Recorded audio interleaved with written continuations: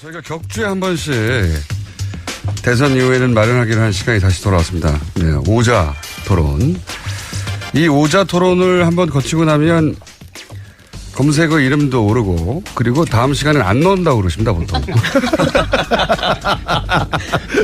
오늘은 멤버가 많이 바뀌었습니다. 자, 일단 여당부터 소개를 할게요. 여당이니까. 더불어민주당 강훈식 의원님 나오셨습니다. 네, 안녕하십니까. 강훈식입니다. 네. 오자 토론의 새로운 멤버고요. 자유한국당의 백승주 의원 나오셨습니다. 안녕하십니까. 예, 안녕하십니까. 경북 구미갑 백승주 의원입니다. 역시 새로운 멤버입니다. 국민의당의 김성호 전 의원 나오셨습니다. 안녕하십니까. 예, 김성호입니다. 네. 역시 새로운 멤버. 유일한 북박이. 네, 유일한 북박이 바른정당의 진수희 전 의원 나오셨습니다. 안녕하십니까. 네, 반갑습니다. 진수희입니다.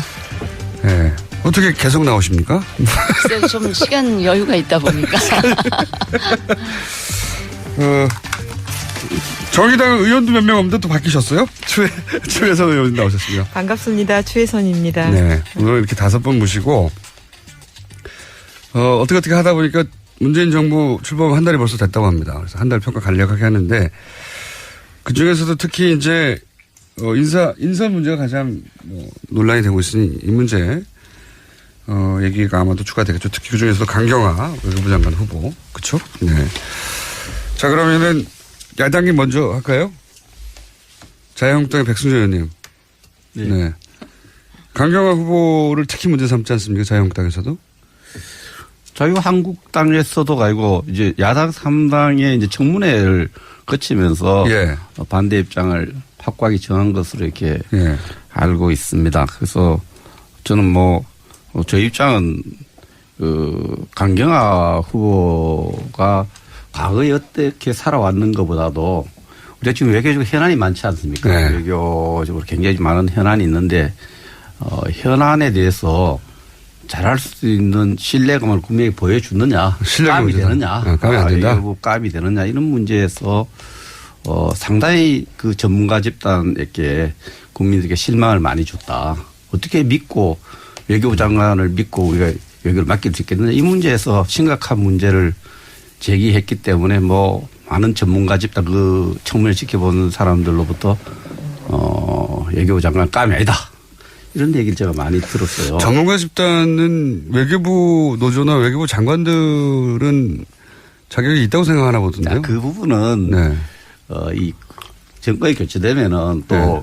왜 외교부 장관을 지명했는데 너들 가만히 있느냐 이런 얘기가 이제 약간의 그 내부에서 지시가 됐다 그래요. 그래서 저 방을 찾아오거나 전화하거나 이런 분들이 있는데 그분들은 그분 나름대로 잣대를 갖고 보는데 많은 전문가, 제가 아는 전문가라든지 이런 사람들이 그날 청문회장에서 현안에 대한 질문을 할 때마다 이걸 하나의 그 솔루션 1, 2, 3, 4 이렇게 해결책을 못 내놨다. 이 부분은 굉장히 실망하는 것 같고요. 특히 이건 저 업무적으로 보면은 커리어상으로 보면 유엔에 오래 근무했는데 유엔은 자기 주관을 잘 못 가져요. 이렇게 회람하기 때문에 여러 조금씩 하는데 그래서 우리가 외국에 많이 떨어져 있어서 외국에서 오래 생활을 해서 그런지 한국이 갖고 있는 외교 현안 국민들이 굉장히 그 관심 있는 이런 부분에 대해서 하나의 그 자신의 포지션 이것을 또 상대를 설득할 수 있는 힘 이런 부분에서 강경화가 굉장히 국민에게 믿음을 주지 못했다. 그래서 국가를 걱정하는 것에서 문재인 정부는 돕고 싶지만 대한민국 외교를 걱정하는 입장에서 야 3당이 반대 당론을 정한 것을 이렇게 알고 있습니다. 네, 의원님 앞으로 이제 여기 나오신 분들 모두 목소리가 구분이 잘 안 가기 때문에 백승주입니다, 김성호입니다 이렇게 말씀을 해주시면 구분에 도움이 되겠습니다. 방금은 백승주 의원님 자유한국당에 발언이셨고 한마디로 전문가 집단이 신뢰하지 못하는 감이 아니다 이런 감이 느낌이 아니다. 예. 네, 감이 아니다. 여성이기 때문에 아니고 예. 감이 아니다 이런 느낌. 문재인 정부를 돕고 싶지만 외교부 장관으로는 감이 아니다. 예. 거꾸로 아닐까요 혹시? 그렇지 않습니다. 저는 문재인 정부를 돕고 싶지 않아서 감인데도 안 되는 거 아닙니까 그래서 혹시? 이게 바른 말을 하려고 지금부터 딱 바른 말을 하려고 나왔어. 거꾸로 아닙니다. 그대로입니다. 돕고 싶지만 네. 감이 아니어서 못 도와준다 이런 입장입니다. 알겠습니다. 네, 똑바로 알아듣겠습니다. 국민의당에서 반대하는 이유는 뭔가요? 이게 지금 당에서 제가 전화를 받았는데 우리 네. 김어준 사회자한테 말려들지 말라. 그리고 개인 소신도 좋지만 당의 공식적인 입장을 좀 밝혀달라. 그럼 소신과 당의 입장을 구분해서 말씀하셔야 됩니다. 예, 뭐 우리 국민의당은 기본적으로 장관은 일하는 자리이기 때문에 전문성, 정책 능력이 가장 중요하다고 봅니다. 그게 한 70% 되고 그리고 이제 기본적으로 국민들이 용납할 수 있는 최소한의 어떤 정치적 도덕성 자격이 갖춰져야 되죠. 저 강경화 장관 후보자에 대해서는 사실 저는 개인적으로 많은 인연이 있습니다. 제가 이제 한겨레신문 정치부 기자 때 국회에 출입했었는데 그때 이제 지금 이제 자유한국당 전신 새누리당 신한국당이죠. 김수환 국회의장님 계실 때 국제비서관을 하고 있었습니다. 그래서 그때 제가 많이 지켜봤는데 개인적으로 뭐 인품이 훌륭하고 또 국제 유엔 무대를 통해서 그런 경험이 있기 때문에 저는 저분이 언젠가 충분히 한국의 외교를 대표할 수 있는 외교부 장관이 될 수 있겠다 그런 생각을 가지고 있습니다. 미리 예전부터. 그렇죠. 그런데 현재도 저는 뭐 여러 가지 문제에도 불구하고 제 개인적으로는 상당히 이만한 인물을 찾기 한국에서 쉽지 않다 그런 개인적인 생각을 가지고 있습니다. 그런데 이제 제가 여기서 말하는 건 당론이기 때문에 근데 이제 국민의당에서는 당론은 왜 그렇습니까?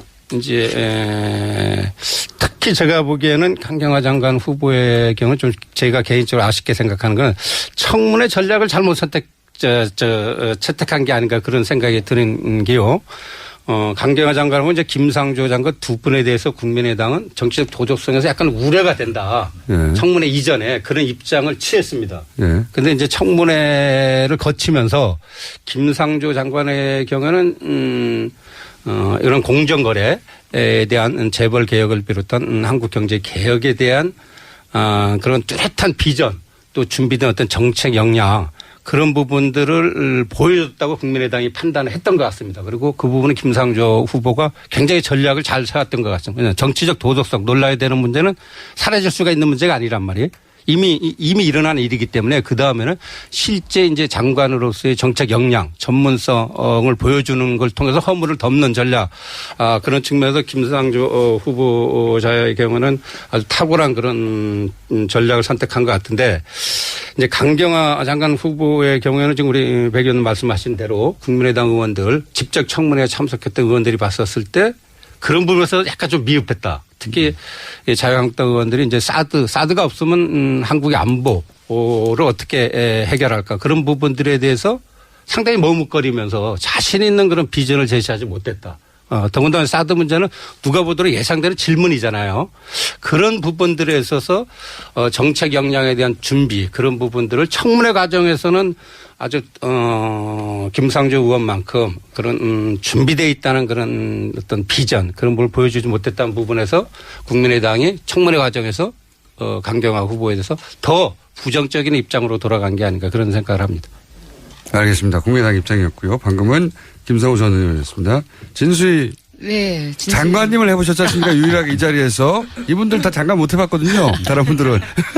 아니 그러니까 제가 지난번에 나와서도 말씀을 드렸지만 우리 문재인 대통령께서 완전히 다른 분야에서 일하시던 분도 아니고 청와대에 계셨단 말이에요. 비서실장도 해보시고 그전에 민정수석도 해보신 분이 이 5대 그 인사 원칙 5대 비리 가진 사람 안 된다라고 하는 인사원칙을 너무 단호하고 분명한 워딩으로 말씀을 하시길래 저거 너무 나이브하다.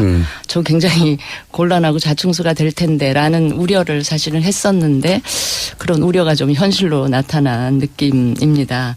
우선 강경화 후보자에 대해서 조금 말씀을 드리면 참 처음에는 사실은 신선하다. 여러 가지 상징성도 가지고 있었기 때문에 박수를 많이 쳤었는데 막상 청문회가 진행되는 과정에 여러 가지 의혹에 대한 해명을 하는 과정에서 많은 국민들이 위기관리 능력에 대해서 조금씩 의심을 하는 분들이 늘어난 것만은 사실인 것 같아요. 그런데 사실은 일단 여성이라는 점 또 외교 무대에서 오래 일했다는 점 여러 가지 또 비외무고시 출신이라는 점 여러 가지 그 상징성이 있기 때문에 그 지금 드러난 개인적인 의혹이나 이런 게 본인이 아닌 배우자나 혹은 자녀들하고 관련된 문제라고 한다면 대부분 그랬죠. 본인하고 관련된 부분에 있어서 치명적인 하자가 아니라면 일단 일할 수 있는 기회는 주는 게 맞지 않나. 그래서 일을 하면서 드러나는 어떤 역량의 부족이나 이 자질의 부족 문제는 그때 야당들이 신랄하게 냉정하게 비판을 하면서 견제하면서 고칠 거 고치고 그러다가도 정 안 되면 그때는 기회를 뺐더라도 예. 지금은 좀 기회를 주고 일을 시켜보는 게 어떨까 하는 그런 생각을 갖고 있고요. 그 이건 개인적인 생각이시고. 저 개인적인 생각이고요. 바른정당은 바른정당에서는 제가 현역이 아니라서 네. 아주 지금 현안에 대해서 어떤 입장인지 제가 실시간으로 캐치하지는 못하고 있는데. 바른정당에서 입장이 좀 갈리는 것 같긴 하더라고요. 예. 그런데 바른정당에서는 애초에 당을 창당할 때 당론이라고 하는 거를 당의 정체성을 심히 영향 주지 않는 한에서는 당론은 최소화한다는 게 당의 이 창당 정신이고 입장이고요. 의원 개인의 자율성을 최대한 확보해 준다. 이런 차원인데 지금 제가 듣기로는 일단 절차에는 다 협조를 한다. 부적격이라고 보지만 채택하는 절차에는 협조한다는 것 같고요. 그 이야기는 바꾸어 말하면 뭐 대통령이 그럼에도 불구하고 임명한다면 그걸 막 앞장서서 물리적으로 방해하겠다는 건 아니라서 물리적으로 방해할 방법도 없지 않습니까 사실. 청와대로 쳐들어가나요? 어떻게 합니까? 제 개인적인 입장하고 지금 바른정당의 당론하고 그렇게 크게 차이는 없지 않나 그렇게 생각을 합니다. 진행 중에 좀 죄송해요. 제가 나오기 전에 바른정당 정양석 간사를 만났어요. 오늘 아침에 네. 새벽에 만났는데. 백승주 의원이십니다. 바른정당 정양석 간사 외통위의 간사죠. 만났는데 정양석 간사님 얘기도 이 청문회 그 질의응답 과정에서 너무나 비전과 그걸 못 보여주기 때문에 도저히 맡길 수도 없고 외교부가 그렇게 한가한 자리면 외교부 장관이 제가 진수희 장관님 의견에 뭐 여유 있게 그랬습니다. 지금 우리 외교 문제가 한가하지 않아요. 우리 여당에서도 지금 뭐 한미 정상회담이 임박하고 이렇게 절박하다고 하지 않습니까? 여러 가지 어려운 문제가 엉켜 있기 때문에 한가하게 잘하면 그럼 계속하게 하고 이렇게 한가하게 이 문제 다룰 입장이 아니지 않나 이런 생각이 좀 들어요. 제가 강경화 후보자를 뭐 디펜드할 입장에 있는 거는 아니지만 이분이 외국에서 오래 살다가 최근에 그 지명을 받으면서 드러난 온갖 의혹에 대해서 뭐라 그럴까 굉장히 당황하면서 예. 전혀 문제가 되지 않았다고 생각되는 것이 막 이렇게 문제로 불거지고 막 그 질문을 받으면서 굉장히 당황하고 위축됐었던 측면이 있는 것 같아요. 그래서 그런 점을 우리가 조금 감안해서 평가를 해야 될 필요가 있지 않나 하는 생각이 들고. 디펜더 하시는데요. 우리나라가 예. 이게 뭐 외교든 여러 가지 굉장히 지금 민감한 굉장히 중요한 상황에 놓여 있다는 것만은 저도 인정을 해요.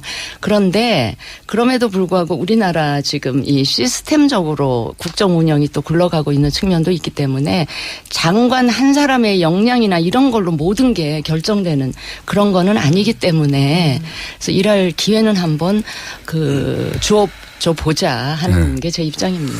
완벽하다는 뜻은 아니고요. 예, 저도 이제 김성호. 김성호입니다. 이렇게 말씀해 주셔야 됩니다. 김성호입니다. 예. 덧붙이면은 그렇죠. 강경화 후보자가 본인의 실력에 비해서 이번 청문회에서 자기의 실력을 제대로 발휘하지 못했다 그런 생각이 좀 듭니다. 그건 왜냐하면은 기존의 외교부 이제 장관들은 외교관 출신 평생을 이제 직업 외교관으로 하신 분들이기 때문에 현안들에 대한 어떤 모범 답안이 딱 정해져 있습니다. 그렇기 때문에 국회에서 청문회에서 국회의원들이 말하면 어떤 식으로든 그게 무슨 비판적으로 하면 뭐 미꾸라지같이 빠져나간다 그런 비난을 받더라도 어떻든 기본적으로 정답에 준하는 얘기는 합니다. 그런데 굉장히 이제 외교적인. 그렇죠. 외교적인. 근데 강경화 후보자의 경우에는 이제 정통 외교관 출신 의원이고 또 이제 국제 무대에서 하다 보니까 그런 부분들에 대한 대처에 있어서 좀 미흡했던 게 아닌가. 그래서 청문회 과정에서 자기 실력을 충분히 발휘하지 못했던 부분 그 부분은 어떻게 이제 강경화 후보자에서 부정적인 그런 의견을 가진 뭐 정당이나 그런 곳에서 좀 잘 설득해 내느냐 그 부분이 이제 저는 청문회 청탁에서 관건이 되지 않을까 그런 생각을 갖습니다. 자, 그러면은 이제 정의당의 추혜선 의원님 차례 왔습니다. 예, 추혜선입니다. 정의당도 야당입니다. 네, 가장 야당이죠. 따뜻한 야당이고요. 지금 강경화 후보자에 대해서 그 위기관리 능력에 대한 문제점들을 계속 지적을 하고 계시는데 저는 이제 위기관리 어떤 문제보다 자기 관리에 소홀했던 부분들을 대응에 다소 미진했다. 이런 생각이 들었는데 그동안 이제 나온 의혹들을 계속 해명하는 과정에서 그게 거짓이라는 그 지적도 있었고요. 그렇지만 청문회를 통해서 일정 정도 의혹들이 좀 해소가 되고 좀 국민들께 이해를 구하는 그런 부분들이 상당히 받아들여졌다 이렇게 저는 보고 있고요. 그런 부분들이 이제 뭐 지금 인사청문회 관련해서 여론조사를 보면 강경화 후보에 대한 적합도가 부적합도의 한 배 정도가 높게 이렇게 나오고 있습니다. 이제 그런 게 좀 반영됐다고 보고요. 뭐 검증 과정에서 나온 이런 부분들은 본인 스스로 좀 무겁게 받아들여야 되겠지만 지금 강경화 후보라는 상징이 주고 있는 여러 가지 장점들을 볼 때 이게 낙마를 거론할 수준이냐는 부분에서는 저는 아니라고 보고요. 우리 백승주 의원님도 지적을 하셨지만 이 외교 문제가 한가한 게 아니다라고 한다면 빨리 이제 뭐 이달 말에 있는 한미 정상회담에 대한 준비를 위해서라도 좀 빠르게 절차가 좀 진행돼야 된다 이렇게 생각합니다. 자, 드디어 이제 여당 차례가 왔습니다. 네. 강훈식 의원님, 강훈식입니다. 네. 해주십시오. 네, 강훈식입니다. 일단 무엇보다도 우리 진수 의원님의 합리적인 의견에 야당임에도 불구하고 굉장히 저희는 동감되는 바가 있고요. 장관을 해보셔서 그런 겁니다. 예, 역시 장관 하신 분이 격이 다르다. 클래스가 다르다. 저는 이런 생각이 좀 듭니다. 그리고 몇 가지 좀 보는 건 이제 업무 수행 능력 이야기를 이제 아까 백승주 의원님께서 하셨는데 그건 아시죠? 박근혜 정부 때 업무 수행 능력을 빌미로 당마된 분은 한 명도 없다. 이런 건 아시죠? 업무 수행 능력을 이야기하는 건 이번 정부 들어와서 처음입니다. 박근혜 정부 때는 적어도 한 분도 그런 분은 없었다는 말씀을 제가 보고 말씀을 하나 드릴 필요가 있겠다는 생각이 좀 들고요.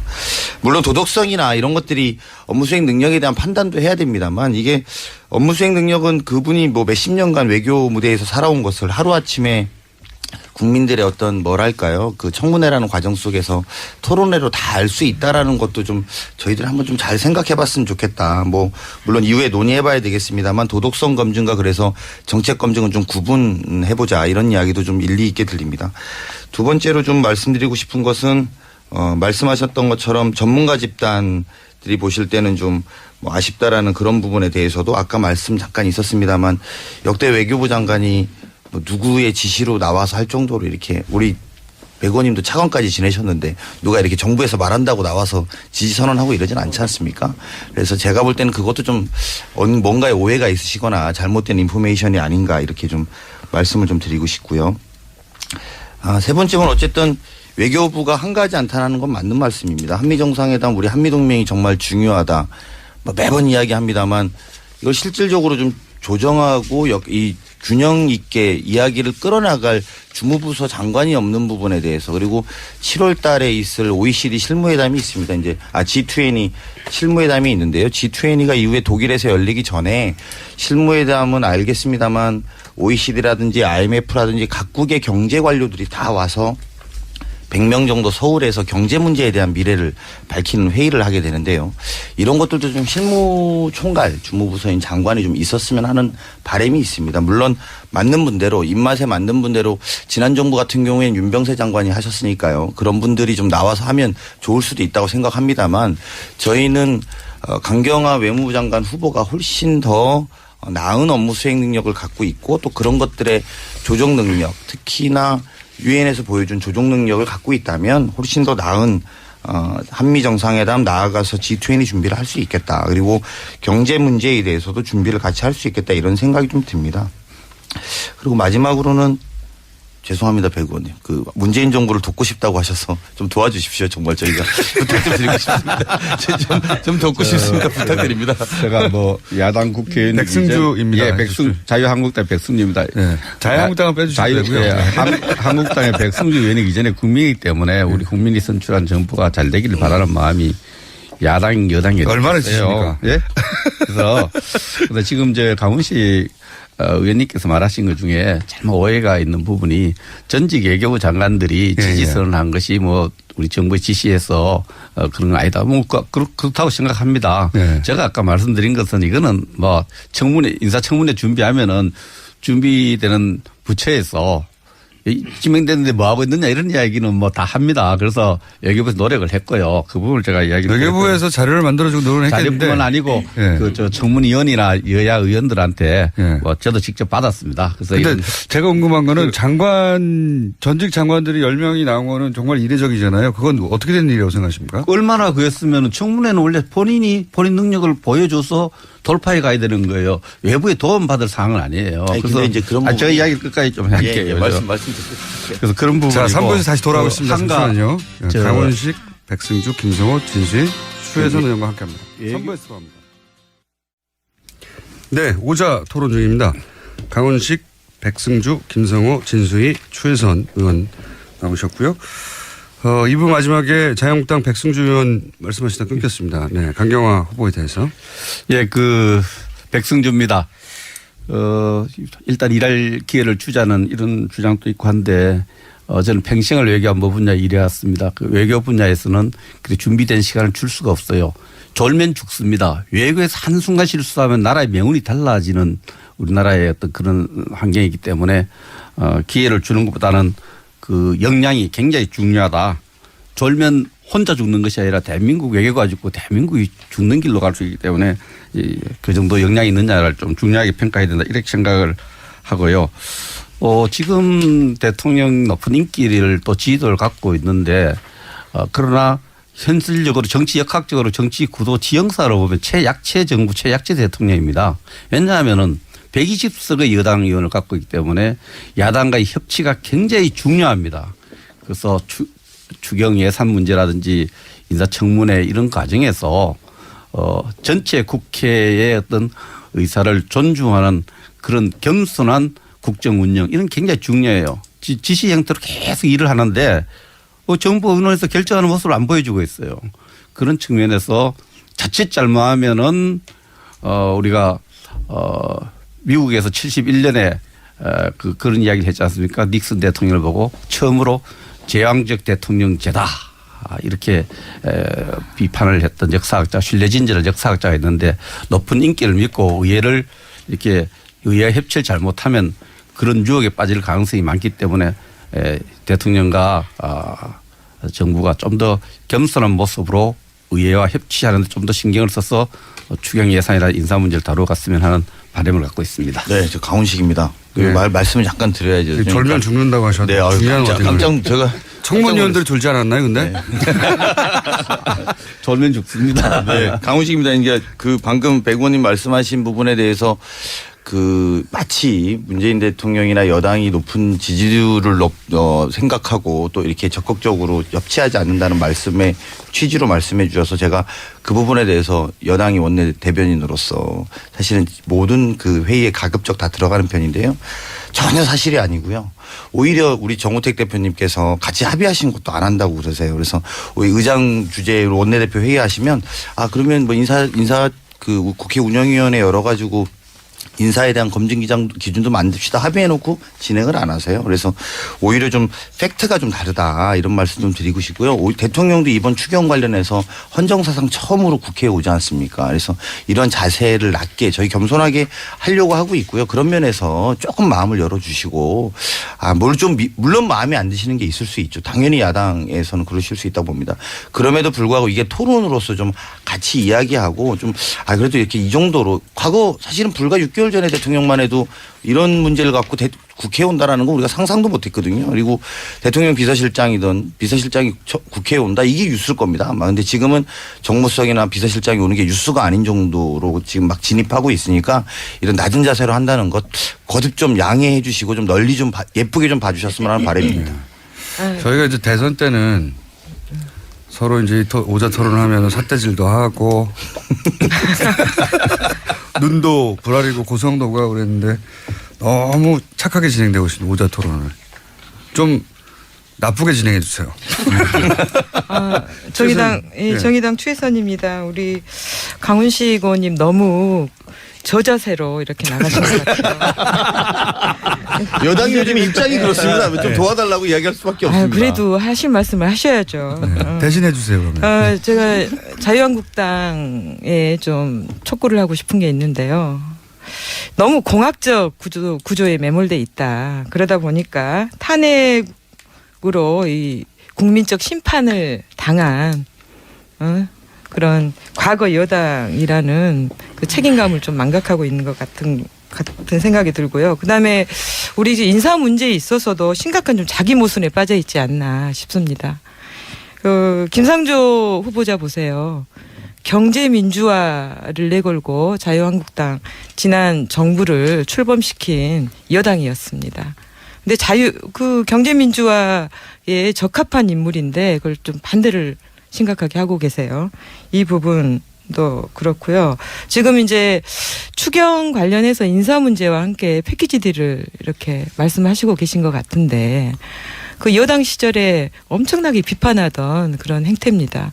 그러니까 이런 부분들을 스스로 극복을 해야 되는데 지금 자기 모순과 공학적 구도에 매몰돼 있으니까 출구를 못 찾고 계신 것 같은 느낌이 들어요. 그래서 지금 계속 대통령을 향해서 외부에서 이런 출구를 좀 열어달라 이렇게 메시지를 보내고 계신 것 같은데 이건 외부에서 어떤 출구를 열 사안이 아니거든요. 내부에서 정확하게 그 문제를 좀 해결하는 그런 의지를 좀 보여야 된다. 지도부가 그렇게 생각이 되고요. 방법은 딱 하나 있습니다. 국민이 가리키는 나침반대로 가시면 돼요. 지금 지지도 거의 지지 기반이 있는 경북 대구에서도 지지도가 떨어지고 있는데 이런 상황들을 보시면 아마 어디로 가야 될지 보이실 겁니다. 제가 네. 제안을 한번 하고 싶어요. 네, 뭐냐면 전 장관님.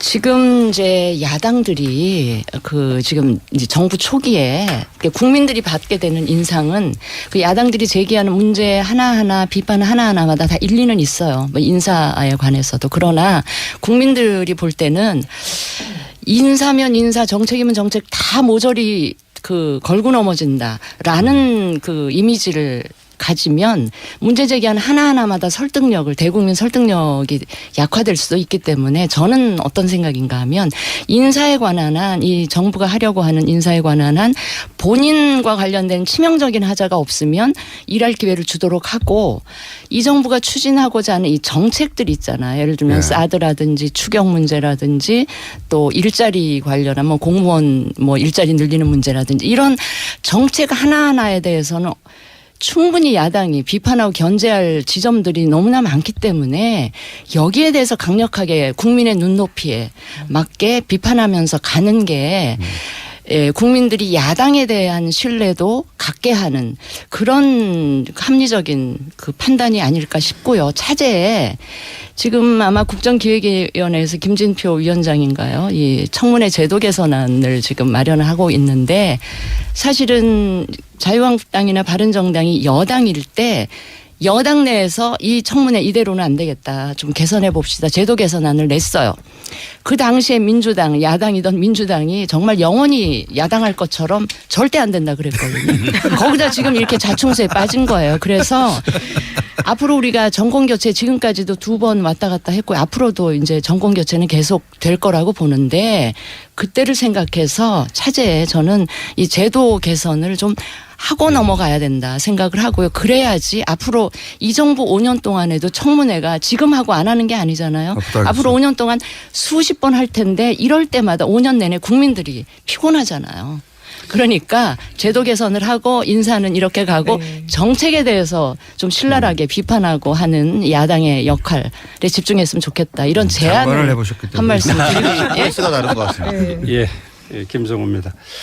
현재 이제 현안이 되고 있는 게 두 가지잖아요. 하나는 이제 장관 임명 관련한 인사청문회하고 이제 일자리 추경인데 장관 임명과 관련된 부분에 있어서는 사실은 이제 문재인 대통령 자신이 자초한 측면이 많습니다. 대선 과정에서 5대 원칙에 대해서는 원천적으로 배제하겠다고 했습니다. 그때 여러 사람들이 저거 지키기 어려울 텐데 그런 반론을 제기했는데 그럼에도 불구하고 문 대통령이 그 당시 후보 시절에 다른 사람들은 만류하지만은 나는 반드시 지키겠다. 그걸 2차례나 공개적으로 대국민 공약을 발표를 했던 겁니다. 그랬더니 이 사안에 대해서는 대통령이 현실적으로 지키기 어렵다. 5대 공약 자신에 대해서는. 그것은 저는 진솔한 대국민 사과를 하는 것이 이 문제를 해결하는 가장 저는 바람직한 그런 자세라고 봅니다. 그 부분을 해결하지 않고서는 대통령 입으로는 5대 원칙을 지키겠다고 하면서 계속 지금 후보자들에 대해서는 그 5대 원칙에 위반되는 사람들을 임명을 하고 있거든요. 지금 어저께 발표한 장관들에 대해서도 그분들도 음주운전도 있고 위장전입도 있고 논문 표절도 있습니다. 그래서 이 부분에 대해서 국회에서 알아서 판단해달라. 저는 그건 바람직한 자세라고 보지 않습니다. 그래서 이 부분에 대해서는 대통령이 명확하게 진솔한 사과를 통해서 돌파하는 게 가장 좋고 결국 이제 일자리 이제 추경 예산이 정책 예산 가장 큰 문제인 것 같습니다. 그런데 이 부분에 있어서는 국민의당은 문재인 정부하고 기본적인 철학, 생각 자체가 완전히 다르죠. 지금 완전히 다릅니다. 예. 문재인 정부 자체는 지금 11조 2천억 원에 대한 추경 예산에 대해서 물론 여러 가지 경제 회복 그런 부분도 포함되어 있지만 기본적으로 일자리 창출하기 위해서 필요하다는 겁니다. 그래서 이름 자체도 일자리 추경 예산이라고 정했어요. 지금 정부 여당에서는. 그럼에도 불구하고 그럼 일자리를 지금 문재인 정부에서 추구하는 일자리라는 건 결국 공무원을 늘리고 공공 분야에서 81만 개를 이제 창출함으로써 일자리 문제를 해결하겠다고 했는데 우리 국민의당은 그렇게 보지 않습니다. 자, 그거는 백승주입니다. 네.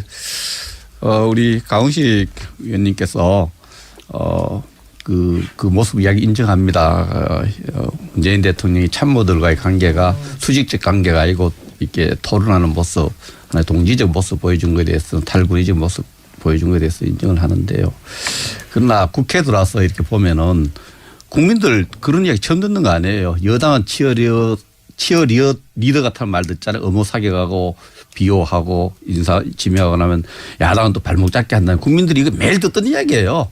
여당 야당 입장이 밖에 똑같다 이런 생각을 가지고 있다는 거죠. 그런 점에서 야당의 비판에 경청해야 될 필요가 있는 거지 야당이 야당 역할을 안 했으면 좋겠다 이건 안 되고요. 그런 측면에서 좀 더 그 야당 의견에 좀 들어줘야 되고 제가 제일 지금 정책을 하는 입장에서 아쉽게 생각할 것은 지금 지시 8호가 있어요. 업무 지시 8호 정도 있는데 1호 일자리 위원회 만들고 2호 무슨 감찰 지시하고 3호 4대강 이런 게 나오는데 이 모습이요.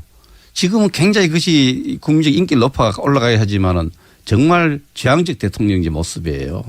지시가 아니고 정부 요청하고 그 참모들과 국회 또 여당하고 의논해서 정부가 이런 결정을 검토 이렇게 받다 이렇게 해야 되는데 지금 4대강 문제에도 지시해 놓으니까 물 빼니까 가뭄 때문에 지금 아웃성입니다. 지방 내려가면 가뭄 때문에 4대강 물 빼니까 이런 문제가 자꾸 지시가 익숙하면은 효율성은 있는데 이게 누적되면은 그게 재앙적 대통령적 길로 가는 겁니다. 이걸 야당이 이런 이야기 해줘야 되는 겁니다. 좀 기울여 주길 바랍니다. 네, 제가 뭐 몇 가지 답변 강훈식입니다. 몇 가지 답변 드리겠습니다. 일단 문재인 대통령의 지시는 대통령의 권한 안에 있는 범주들을 지시하신 거고요.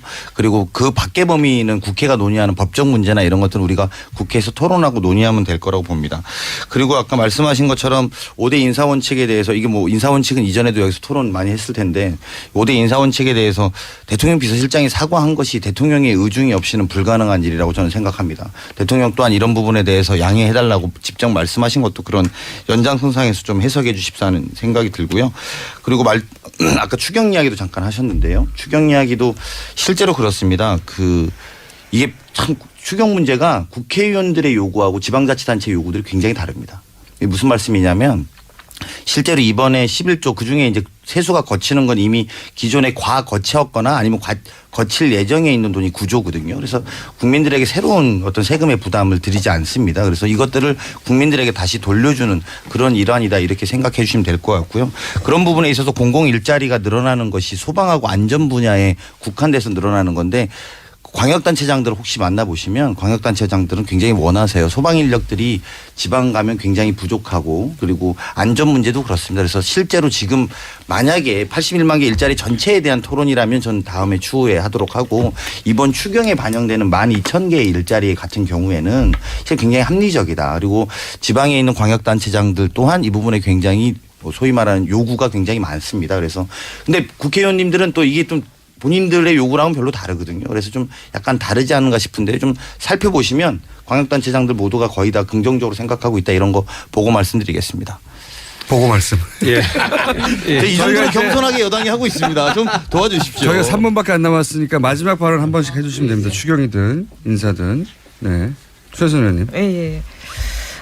오늘 그 시정연설 전에 대통령 방문하셔서 의장과 원내 야당 다 만나실 텐데요. 그때 이제 무슨 말씀이 있으실 것 같습니다. 근데 하나 좀 지적하고 싶은 건 지금 공수가 바뀌면서 이 인사청문회 제도에 대한 그 문제를 각각 이렇게 제기하신 거잖아요. 네, 이때가 좀 제도 개선의 어떤 골든타임인 건 확실하다. 그런 말씀을 좀 드리고 싶고요. 그래서 인사 그 5대 원칙에 대한 세부적인 가이드라인을 그 교섭단체 뭐 원내대표, 원내수석회의 너무 많이 하시잖아요. 다른 일정이나 뭐 줄다리기 하지 마시고 이 부분을 좀 제대로 좀 논의를 해서 합의를 좀 해주셨으면 좋겠다. 비교섭단체 입장에서 좀 요구를 드립니다. 추경 관련해서는 좀 한 가지만 말씀을 좀 드릴게요.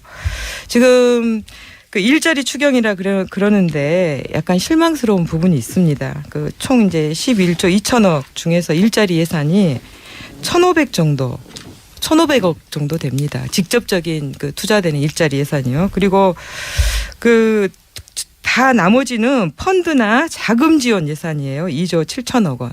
그러니까 제가 애결연하면서 작년에 추경도 일자리 추경이라는 걸로 이렇게 국회에 넘어왔는데 대부분 이런 구조였거든요. 그래서 이 세밀한 좀 계획으로 그 다른 관행적으로 이렇게 하지 마시고 그 생색내는 수준에 머물지 않는 실질적인 일자리 예산이 될 수 있도록 좀 잘 이렇게 구성을 해서 넘겨주시고 국회에서도 좀 보완을 했으면 좋겠습니다. 저 진수입니다. 네. 예, 청문제도 개선안은 이번에 마련하는 게 맞다. 안 그러면 국민들이 엄청 계속 피곤할 동의합니다. 거다. 예, 그렇게 생각하고요.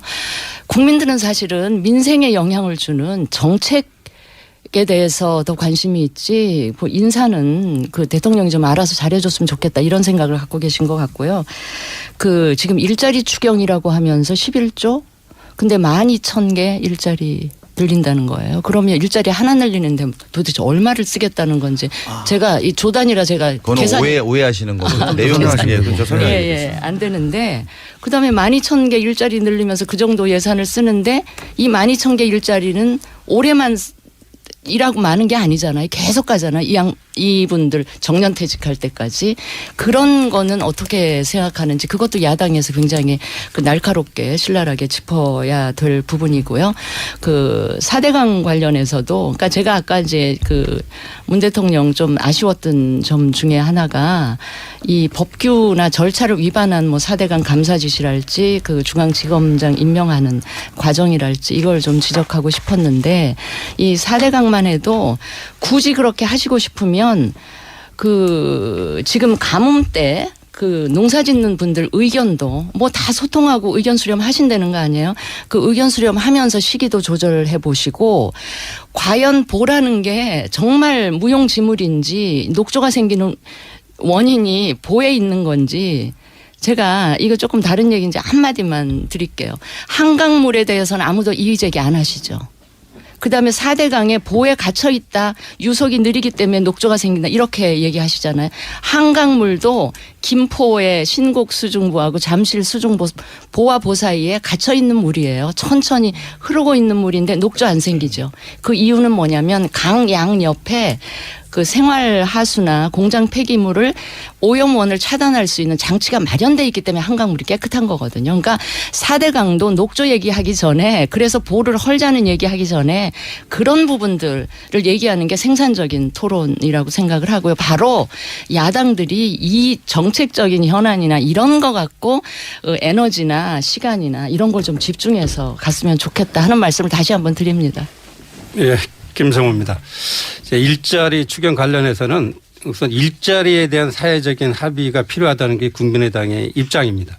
지금 문재인 정부는 국민 예산 가지고 공무원 늘리고 공적 일자리 늘려서 일자리 실업 문제를 해결하려고 하는데 그건 저희들이 보기에 국가 예산으로 만드는 일자리는 좋은 일자리가 결코 아니다. 그리고 또 지속 가능한 일자리로 보지 않습니다. 국민의당은 기본적으로 일자리는 민간 기업이 하는 겁니다. 민간 기업이 만드는 것이 진짜 좋은 일자리고 또 지속 가능한 일자리입니다. 그리고 정부는 민간 기업이 이런 좋은 일자리를 만들도록 제도적인 뒷받침하고 예산적인 뒷받침을 해야 된다는 게 국민의당의 입장이기 때문에 일자리와 관련된 사회적 합의가 이루어지기 전에 추경 예산을 편성하는 것에 대해서는 찬성하기 어렵다 그런 입장을 가지고 있고 지금 이제 더불어민주당 우리 이제 강 의원님 말씀하셨는데 공무원의 경우에도 1만 2천 명의 경우에 소방 안전 공무원을 추가하는 거다 말씀하셨지만 제가 보기에 이런 부분에 대해서는 필요한 측면이 있을 겁니다. 그러면 필요하다 하더라도 그것은 9월 달에 정기국회 3개월 후에 정부의 본 예산을 통해서 하면 되는 거지 지금 3개월 뒤에 공무원을 뽑는다고 해서 대한민국 위기 상황, 재난 상황에 닥치는 것이 아닙니다. 그래서 저는 그런 소방 안전 공무원의 경우에도 정기국회에서 정부의 본 예산을 통해서 하는 것이 안정적인 재원 마련에 도움이 된다. 그래서 현재 문재인 정부가 추진하는 일자리 추경 예산 그 부분에서는 동의하기가 어렵다 하는 것이 국민의당의 입장입니다. 예, 그 백승주입니다. 그 청문회의 새로운 기준을 말했는데 전적으로 동감을 하는데 경과 규정이라고 있습니다. 이번에 그 지명되는 장관 후보자에 대한 청문회 대상자에 대한 그 기준이 적용되는 것이 아니라 이번에 잘 합의해서 만들면 다음번에 적용하는 게 맞다. 경과 규정이 있고 이번은 5대 원칙을 좀 지키는 게 좋다 이렇게 생각을 하고요. 추가 경정 예산은 그 국가재정법에 따라서 전쟁이 났을 때 또 대량 실업이 났을 때 이럴 때인데 이 부분에 대해서는 재정법에 기초해서 해야 되고 또 이 추경 예산 저도 해봤습니다만은 집행을 해봤습니다. 집행 기간 집행을 잘 할 수 있느냐 이 문제도 굉장히 중요한 문제고 또 경제부총리가 그저께 임명됐지 않습니까? 이전에 전부 이걸 만들어놓고 새로운 경제부총리가 뭐 허수아비도 아니고 이거 그냥 밀고 나가야 되는데 이 부분은 새로 경제부총리가 임명되었고 국가재정법에 따라서 이걸 다시 재검토했는데 한국당 입장에서는 이 부분은 적절하지 않다 이런 입장을 갖고 있습니다. 저는 말씀 안 드리고 이걸 그냥 넘어가네요. 아니 짧게 좋은 일자리가 아니다. 추경 안 하겠다. 여기까지만 답하고 끝내야 될 것 같습니다. 오늘은. 네. 그러면 좋은 일자리가 아니라는 거죠. 한마디로. 추경 못 해주겠다. 네. 추경 해달라고 말씀드리고요. 말씀드린 것처럼 1조 2천억에 대해서 11조라는 것은 전혀 12,000개 일자리 11조라는 건 전혀 다르고 거기에 어린이집에 대한 지원이 들어가고요. 그다음에 노인복지에 대한 예산도 들어갑니다. 세부 사항을 보시면 그것은 굉장히 좀 다르다는. 다 일자리라고 이렇게 네이밍을 그렇게 하시더라고요. 그렇게 일자리 추경이 굉장히 중요하죠. 근데 그게 전부다는 아닙니다. 오후 2시 이야기 네, 오늘 대통령 말씀 또 잘 좀 들어주시고요. 좀 다시 한번 거듭 부탁드리겠습니다. 자, 오늘 여기까지 해야 될 것 같습니다. 오자. 너무 평화적이었어요. 강훈식, 백승주, 김성호, 진수희, 최세현 의원이었습니다. 감사합니다. 네, 고맙습니다. 네, 감사합니다. 외교부 장관 깜이 아니다. 이런 얘기를 제가 많이 들었어요. 전문가 집단은 외교부 노조나 외교부 장관들은 자격이 있다고 생각하나 보던데요. 그 부분은 네. 이 정권이 교체되면은 또 네. 왜 외교부 장관을 지명했는데 너들 가만히 있느냐 이런 얘기가 이제 약간의 그 내부에서 지시가 됐다 그래요. 그래서 저 방을 찾아오거나 전화하거나 이런 분들이 있는데 뭐 그분들은 그분 나름대로 잣대를 갖고 보는데 많은 전문가 제가 아는 전문가라든지 이런 사람들이 그날 청문회장에서 현안에 대한 질문을 할 때마다 이걸 하나의 그 솔루션 1, 2, 3, 4 이렇게 해결책을 못 내놨다. 이 부분이 굉장히 실망하는 것 같고요. 특히 이건 저 업무적으로 보면은 커리어상으로 보면 유엔에 오래 근무했는데 유엔은 자기 주관을 잘 못 가져요. 이렇게 회람하기 때문에 여러 조금 하는데 그래서 우리가 외국에 많이 떨어져 있어서 외국에서 오래 생활을 해서 그런지 한국이 갖고 있는 외교 현안 국민들이 굉장히 그 관심 있는 이런 부분에 대해서 하나의 그 자신의 포지션 이것을 또 상대를 설득할 수 있는 힘 이런 부분에서 강경화가 굉장히 국민에게 믿음을 주지 못했다. 그래서 국가를 걱정하는 입장에서 문재인 정부는 돕고 싶지만 대한민국 외교를 걱정하는 입장에서 야 3당이 반대 당론을 정한 것을 이렇게 알고 있습니다. 네, 의원님 앞으로 이제 여기 나오신 분들 모두 목소리가 구분이 잘 안 가기 때문에 백승주입니다, 뭐 김성호입니다 이렇게 말씀을 해주시면 구분에 도움이 되겠습니다. 방금은 백승주 의원님 자유한국당의 발언이셨고 한마디로 전문가 집단이 신뢰하지 못하는 깜이 아니다 이런 깜이 느낌이 아니다. 예. 예, 깜이 아니다. 여성이기 때문에 아니고 예. 막 깜이 아니다 이런 느낌. 문재인 정부를 돕고 싶지만 외교부 장관으로는 깜이 아니다. 네. 거꾸로 아닐까요 혹시? 그렇지 않습니다. 저는 문재인 정부를 돕고 싶지 않아서 까민데도 안 되는 거 아닙니까 저걸 혹시? 속에 바른 말을 하려고 지금부터 딱 바른 말을 하려고 나왔어. 거꾸로 아닙니다. 그대로입니다. 돕고 싶지만 네. 감이 아니어서 못 도와준다. 이런 네, 입장입니다. 알겠습니다. 네, 똑바로 알아듣겠습니다. 국민의당에서 반대하는 이유는 뭔가요? 이게 지금 당에서 제가 전화를 받았는데 우리 네. 김호준 사회자한테 말려들지 말라. 그리고 개인 소신도 있지만 당의 공식적인 입장을 좀 밝혀달라. 아, 그럼 소신과 당의 입장을 구분해서 말씀하셔야 됩니다. 예, 뭐 우리 국민의당은 기본적으로 장관의 저희가 격주에 한 번씩 대선 이후에는 마련하기로 한 시간이 다시 돌아왔습니다. 네, 오자 토론. 이 오자 토론을 한번 거치고 나면 검색어 이름도 오르고 그리고 다음 시간엔 안 넣는다고 그러십니다 보통. 오늘은 뭐가 많이 바뀌었습니다. 자, 일단 여당부터 소개할게요. 여당이니까. 더불어민주당 강훈식 의원님 나오셨습니다. 네, 안녕하십니까. 강훈식입니다. 네. 오자 토론의 새로운 멤버고요. 자유한국당의 백승주 의원 나오셨습니다. 안녕하십니까. 예, 안녕하십니까. 경북 구미갑의 백승주 의원입니다. 역시 새로운 멤버입니다. 국민의당의 김성호 전 의원 나오셨습니다. 안녕하십니까. 예, 김성호입니다. 네. 역시 새로운 멤버. 유일한 북박이. 네, 유일한 붙박이 바른정당의 진수희 전 의원 나왔습니다. 안녕하십니까. 반갑습니다. 진수입니다. 네. 어떻게 계속 나오십니까? 글쎄 좀 시간 여유가 있다 보니까. 정의당 의원도 몇 명 없는데 또 바뀌셨어요? 추혜선 의원 나오셨습니다. 반갑습니다. 추혜선입니다. 네. 오늘 이렇게 5분 모시고, 어떻게 하다 보니까 문재인 정부 출범 한 달이 벌써 됐다고 합니다. 그래서 한 달 평가 간략하게 하는데, 그 중에서도 특히 이제, 인사 문제가 가장 논란이 되고 있으니 이 문제, 얘기가 아마도 추가되겠죠. 특히 그 중에서도 강경화 외교부 장관 후보. 그쵸? 네. 자, 그러면은 야당이 먼저 할까요? 자유한국당의 백승주 의원님. 네. 네. 강경화 후보를 특히 문제 삼지 않습니까? 자유한국당에서도? 자유한국당에서도 아니고 이제 야당 3당의 이제 청문회를 거치면서 예. 반대 입장을 확고하게 정한 것으로 이렇게 예. 알고 있습니다. 그래서 저는 저 입장은 강경화 후보가 과거에 어떻게 살아왔는 것보다도 우리가 지금 외교적으로 현안이 많지 않습니까? 네. 외교적으로 굉장히 많은 현안이 있는데 현안에 대해서 잘할 수 있는 신뢰감을 국민에게 보여주느냐, 값이 되느냐, 값이 안 된다. 값이 되느냐 이런 문제에서 상당히 그 전문가 집단에게 국민들에게 실망을 많이 줬다.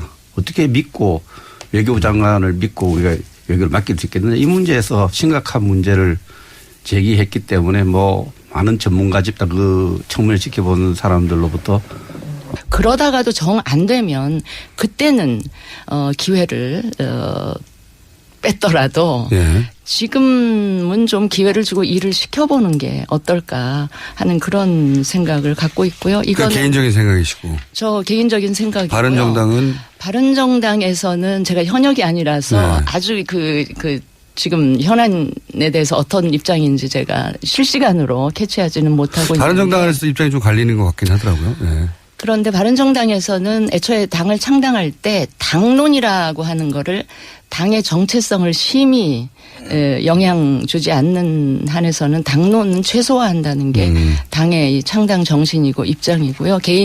의원 개인의 자율성을 최대한 확보해 준다. 이런 차원인데 지금 제가 듣기로는 일단 절차에는 다 협조를 한다. 부적격이라고 보지만 채택하는 절차에는 협조한다는 것 같고요. 그 이야기는 바꾸어 말하면 대통령이 그럼에도 불구하고 임명한다면 그걸 막 앞장서서 물리적으로 방해하겠다는 건 아니라서 물리적으로 방해할 방법도 없지 않습니까 사실. 청와대로 서들어가나요? 어떻게 합니까? 제 개인적인 입장하고 지금 바른정당의 당론하고 그렇게 크게 차이는 없지 않나 그렇게 생각을 합니다. 진행 중에 좀 제가 나오기 전에 바른정당 정양석 간사를 만났어요. 오늘 아침에 네. 새벽에 만났는데. 백승주 의원이십니다. 바른정당 정양석 간사 외통위의 간사죠. 만났는데 정양석 간사님 얘기도 이 청문회 그 질의응답 과정에서 너무나 비전과 그걸 못 보여주기 때문에 도저히 맡길 수도 없고 외교부가 그렇게 한가한 자리면 외교부 장관이 제가 진수희 장관님 의견에 뭐 여유 있게 그랬습니다. 지금 우리 외교 문제가 한가지 않아요. 우리 여당에서도 지금 뭐 한미 정상회담이 임박하고 이렇게 절박하다고 하지 않습니까?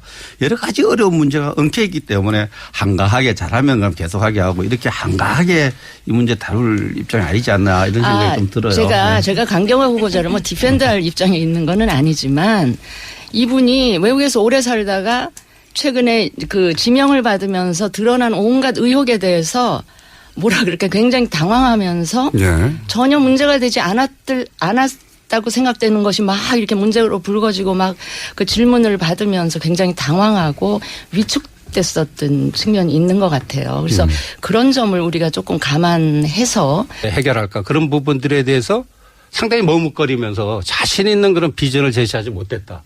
더군다나 사드 문제는 누가 보더라도 예상되는 질문이잖아요. 그런 부분들에 있어서 정책 역량에 대한 준비 그런 부분들을 청문회 과정에서는 아주 김상조 의원만큼 그런 준비되어 있다는 그런 어떤 비전 그런 걸 보여주지 못했다는 부분에서 국민의당이 청문회 과정에서 강경화 후보에 대해서 더 부정적인 입장으로 돌아간 게 아닌가 그런 생각을 합니다. 알겠습니다. 국민의당 입장이었고요. 방금은 김상우 전 의원이었습니다. 진수희 네, 장관님을 해보셨지 않습니까? 유일하게 이 자리에서. 이분들 다 장관 못 해봤거든요. 다른 분들은. 아니 그러니까 제가 지난번에 나와서도 말씀을 드렸지만 우리 문재인 대통령께서 완전히 다른 분야에서 일하시던 분도 아니고 청와대에 계셨단 말이에요. 비서실장도 해보시고 그전에 네. 민정수석도 해보신 분이 이 5대 그 인사 원칙 5대 비리 뭐 그 가진 사람 안 된다라고 하는 인사원칙을 너무 단호하고 분명한 워딩으로 말씀을 하시길래 저거 너무 나이브하다. 저 굉장히 곤란하고 자충수가 될 텐데라는 우려를 사실은 했었는데 그런 우려가 좀 현실로 나타난 느낌입니다. 우선 강경화 후보자에 대해서 조금 말씀을 드리면 참 처음에는 사실은 신선하다. 예. 여러 가지 상징성도 가지고 있었기 때문에 박수를 많이 쳤었는데 막상 청문회가 진행되는 과정에 여러 가지 의혹에 대한 해명을 하는 과정에서 많은 국민들이 위기관리 능력에 대해서 조금씩 의심을 하는 분들이 늘어난 것만은 사실인 것 같아요. 그런데 사실은 일단 여성이라는 점 또 네. 외교 무대에서 오래 일했다는 점 여러 가지 또 비외무고시 출신이라는 네. 점 여러 가지 그 상징성이 있기 때문에 예.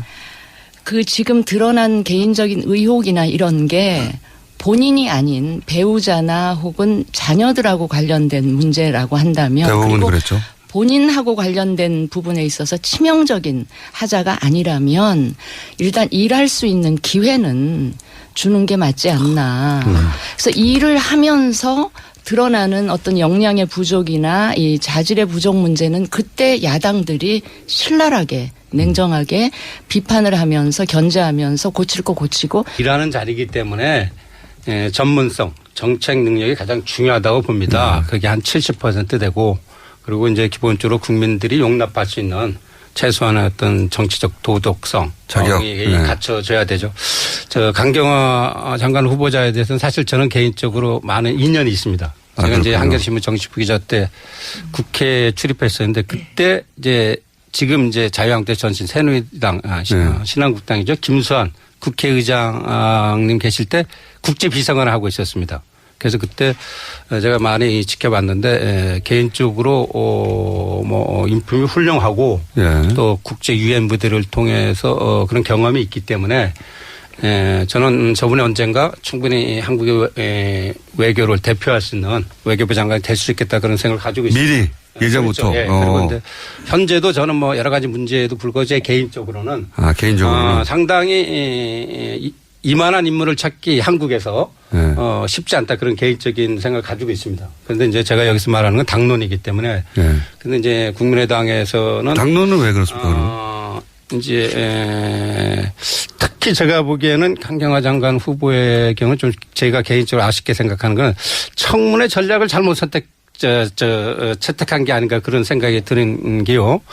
강경화 장관하고 이제 김상조 장관 두 분에 대해서 국민의당은 정치적 도덕성에서 약간 우려가 된다. 예. 청문회 이전에 그런 입장을 취했습니다. 예. 그런데 이제 청문회를 거치면서 김상조 장관의 경우는 이런 공정거래에 대한 재벌 개혁을 비롯한 한국 경제 개혁에 대한 그런 뚜렷한 비전 또 준비된 어떤 정책 역량 그런 부분들을 보여줬다고 국민의당이 판단을 했던 것 같습니다. 그리고 그 부분은 김상조 후보가 굉장히 전략을 잘 세웠던 것 같습니다. 정치적 도덕성 놀라야 되는 문제는 사라질 수가 있는 문제가 아니란 말이에요.